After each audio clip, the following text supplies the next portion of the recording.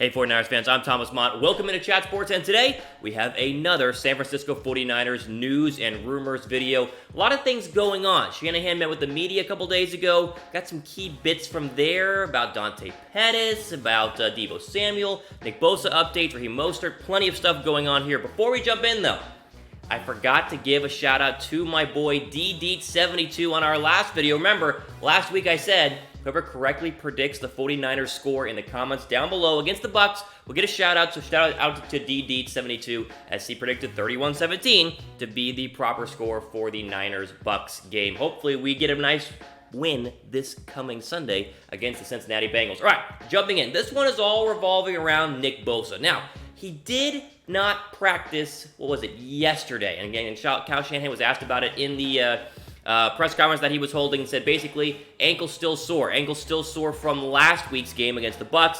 If he was healthy, he would have practiced. So he should be playing on Sunday, but that high ankle sprain, we talked about it whenever it happened months ago, it feels like. It's going to be a lingering thing. He did sit out practice yesterday, but everything that I've heard is that he should be good to go on Sunday. We'll have to wait and see though, because if it worsens during the week, then obviously he could sit out against the Bengals. The big thing I wanted to focus in on here with Nick Bosa is the fact that he was able to get on the field last week against the Bucs. This is no small feat. He worked tirelessly every single day to rehab to be able to start week one. Listen, 359 days. That's how long it was between the TCU game back when he was with Ohio State, last time he was on the field, and then the game against the Bucs. And many people, including myself, were very unsure if he would play due to that high ankle sprain. Every waking hour. That's how much rehab Nick Bosa said he did leading up to week one to get himself ready to go. And once he got on the field, he was very, very productive. Now, before we get into the stats, here's what Bosa said about finally getting out there. He said, quote, "It's just a different type of mindset rushing the NFL compared to college. College, the ball's out.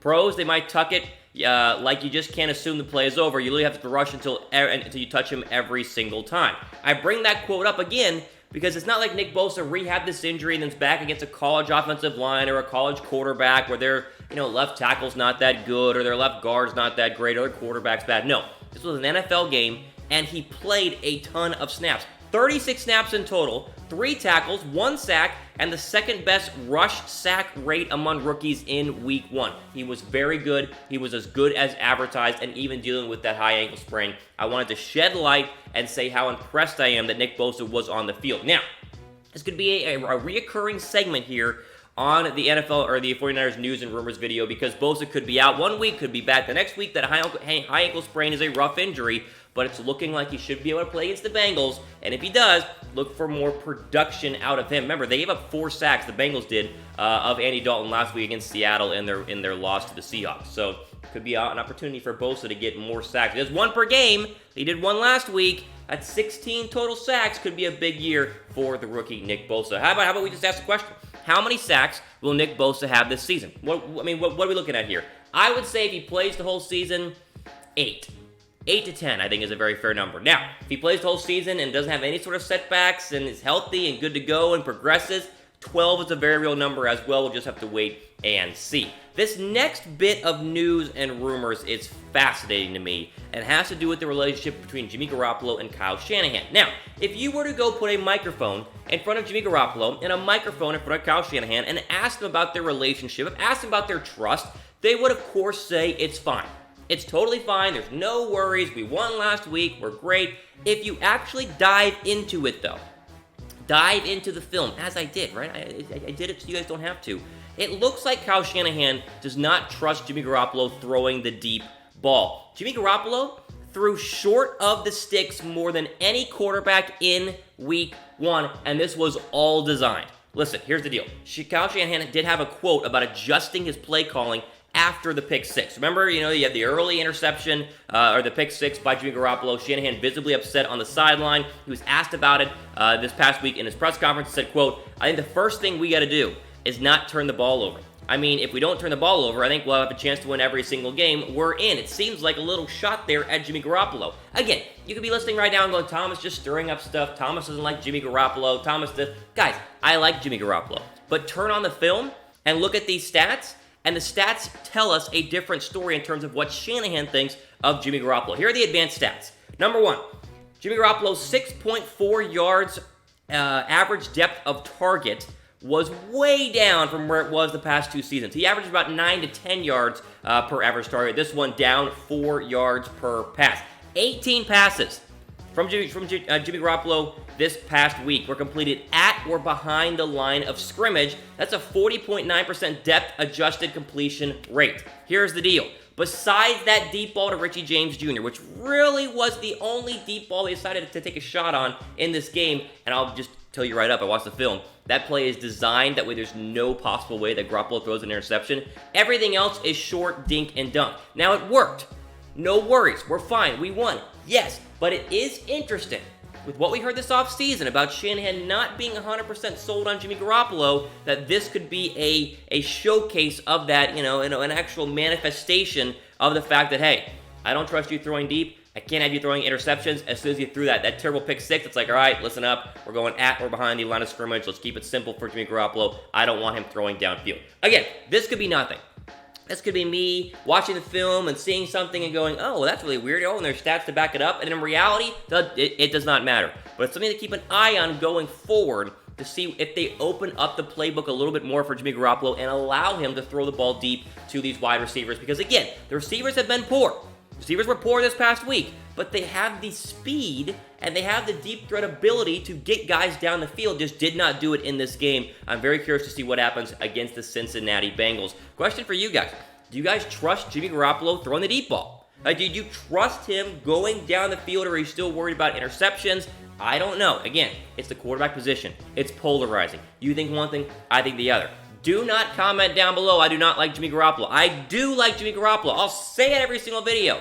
I'm just telling you what I saw in the film. I thought it'd be interesting, and we'll see what happens going forward in the year. All right, moving on here. D Ford, not impressed with the 49ers win 31-17. This one's good. This one, you guys will enjoy this. If you're heated up about the Garoppolo, you'll like this one. So remember, the Niners defense held Tampa to 17 total points. They forced 3 Buccaneer turnovers, and really, there was a Quan Alexander and a more interception that should have happened. They could have had 5 total turnovers if you just catch the ball, especially the Alexander one, like right to him. It's like, just catch it and then go, but whatever, it's fine. So the defense, in our eyes, played really, really well. D Ford, though, of course, coming over from Kansas City this past offseason, said, quote, with our potential, I always expect to take over a game. We made key plays, but there's a difference between making plays and taking over a game. We had a couple of spurts where we just need to get home.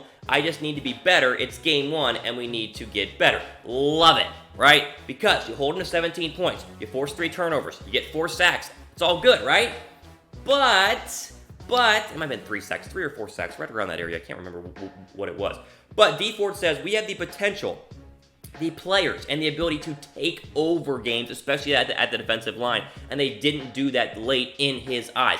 It's scary to think that with how good the defense played on Sunday, which again, I'm trying to remember what my grade was for them. It was like a B+. It might have been an A-, that D4 thinks it can get a lot better. We'll have to wait and see, but overall, we expected this defense to be really, really good. It looked good in week 1, and if D4's right and it can get better, hey, listen, anything is possible, especially in a division that didn't look too great in their week 1s. We talked about this last week. Seattle barely beat the Bengals, and the Rams barely beat the Panthers, and the Bucs are terrible. Not the Bucs are terrible. And the Cardinals are struggling on offense. All that stuff. So, interesting going forward in the NFC West. Question, is this a top 5 defense? Well, from what you saw week 1, is it a top 5 defense? I think it has the potential to be a top 5 defense, especially if D Ford is correct in terms of the fact that they, made some key plays, but didn't take over a game. I guess we'll wait and see if they can take over the game against the Bengals coming up here on Sunday. We're going to preview that game at the end of this video, so just sit tight. Final bit of news here.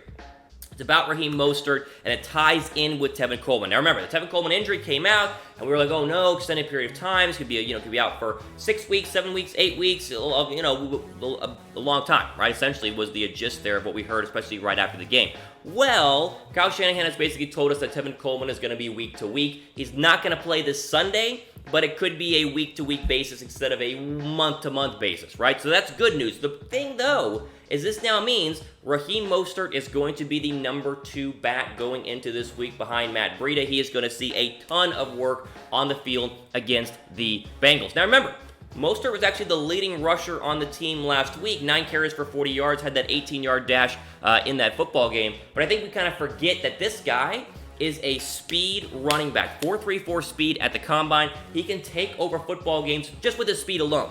Right? The outside runs can be big. If he gets to the second level, he can create some really big plays here. I'm very excited to see what Raheem Mostert does with his increased role. Because, again, he saw the field 9 carries last week with Coleman getting injured and stuff like that. But when you have a Tevin Coleman, when you have a Matt Breida, he's naturally going to be the third guy. Now he's going to be the second guy, really going to be 1A, 1B sharing with Matt Breida. I'm fascinated to see what Mostert can do on Sunday. And if he plays well, right, then it's just like, okay, well, those rumors about Melvin Gordon are not really necessary. And, Tevin Coleman, we can kind of mix him back in whenever he gets healthy, take his time. It's very important that the Niners are able to run the football on Sunday. I think Mostert could have a big part of that on Sunday. All right, question. Who will have more yards on Sunday? Type B for Breida, type M for Mostert down below. Doesn't matter who it is, right? Because we just want to see yards. If one has 100, the other has 5, who really cares? But who do you think will have more? Breida's still a great back. I think he's very underrated, but Mostert is going to have his chance to be on the field and getting a ton of reps. All right, let's jump into a quick preview like we did last week for the 49ers versus the Bengals. Now, the quick gist, right, at 1 p.m. kickoff. The Niners were 1-point favorites a couple days ago. Vegas has switched. They're now 1.5-point underdogs to the Bengals, and the over-under sits at about 44.5. Question here, though. Can the 49ers run the football? The first big point we got to look at, we got to expect, we got to see what happens on Sunday. Are you able to run the football? Remember, Bengals were a bottom 4 rushing defense last year. They got run all over the place. The problem is they held Seattle and Chris Carson and that stable of backs to 72 yards rushing in Seattle last week. So maybe it's a better running team than what it was, or a better running defense than what it was last week. We'll have to wait and see. But overall, establishing the run is going to be key. They didn't do a very good job of that last week. I think it could help out, especially early on in this game, be able to play action out of it and maybe get a deep shot to Goodwin or deep shot to Samuel or whatever, because you're able to play fake off of the runs. First key is, can they run the football? Number 2. Can the secondary duplicate what they did week 1? Now, listen, I know what you're saying. It was Tampa Bay. They're really, really bad. The secondary we have yet to see. Now they're going up against Andy Dalton, who's bad as well. Well, wait a second. Andy Dalton last week against Seattle, which was good defense, 418 yards and 2 touchdowns. He was sacked 4 times, like I said earlier, so there's some potential to go ahead and get after him, but don't act like Andy Dalton is going to be another cakewalk, another non-test, non-factor for this 49ers secondary. We liked what we saw last week. Richard Sherman loved what he saw last week. Let's duplicate that going forward here against what is a underrated Bengals pass attack, because John Ross and Tyler Boyd had really good games week 1 against Seattle. The Bengals were a lot better than expected, and you're on the road. I'm going to predict a win. Maybe I'll predict the score tomorrow on our mailbag video, but I'm going to predict a win, but we'll see what happens going forward, especially got to be able to run the football, got to be able to stop the run and the Andy Dalton passing attack this coming Sunday. Finally, final key here. You want to be able to run the football. You want to be able to stop their offense, obviously their passing attack. What's going to happen with these Niner receivers, darn it? I mean, I think Kyle Shanahan said today in his press conference, again, depending on when you watch this video, that he gave too many snaps to Deebo Samuel and not enough to Dante Pettis, which again is like, how did you forget about Dante Pettis and only gave him 2 snaps the entire game? Regardless, will Dante Pettis do anything this weekend? At all? Like, will he be out there for more than 2 snaps is a legitimate question mark here. Will Deebo Samuel show a little bit of maturity, not have the false start, not have the fumble, get in more than just 3 catches, and who will step up as the third receiver this week? Where's Marquise Goodwin? Where's Kendrick Bourne? Is Richie James Jr. really going to be the leading receiver on this team besides Kittle every single week? The receiving core has always been a question mark. I kind of harp on them a lot in these videos, but I'm very curious to see what happens with Pettis.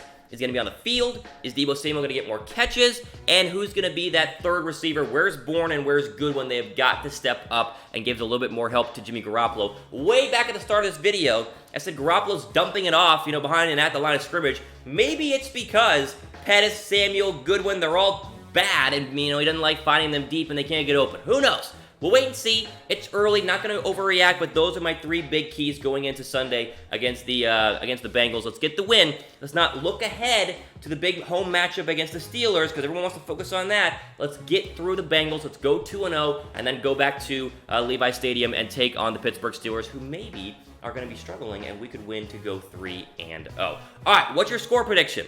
49ers Bengals. What do you think? Give me the score prediction, and I will use this video if you correctly predict it. Just like Dietz did it at the very top of this video, I will give you a shout out next week on our Monday or our Tuesday video, depending on when we put it out. But go ahead, give me your score predictions down below, and we will try and tally all those up, and whoever's right will get a shout out next week. There you go. That's all the news and rumors and previews and all the stuff we have for today on the 49ers news and rumors video. Plenty of stuff coming up on this channel. Be sure to subscribe to our 49ers only YouTube channel as well. We have plenty of great content. We're also going to do a mailbag tomorrow. We got a lot of mailbag questions from the previous videos, so we'll go ahead and answer those as well. All right, that's all the time we have for today. For Chat Sports, I'm Thomas Mott, signing off. Enjoy the rest of your day.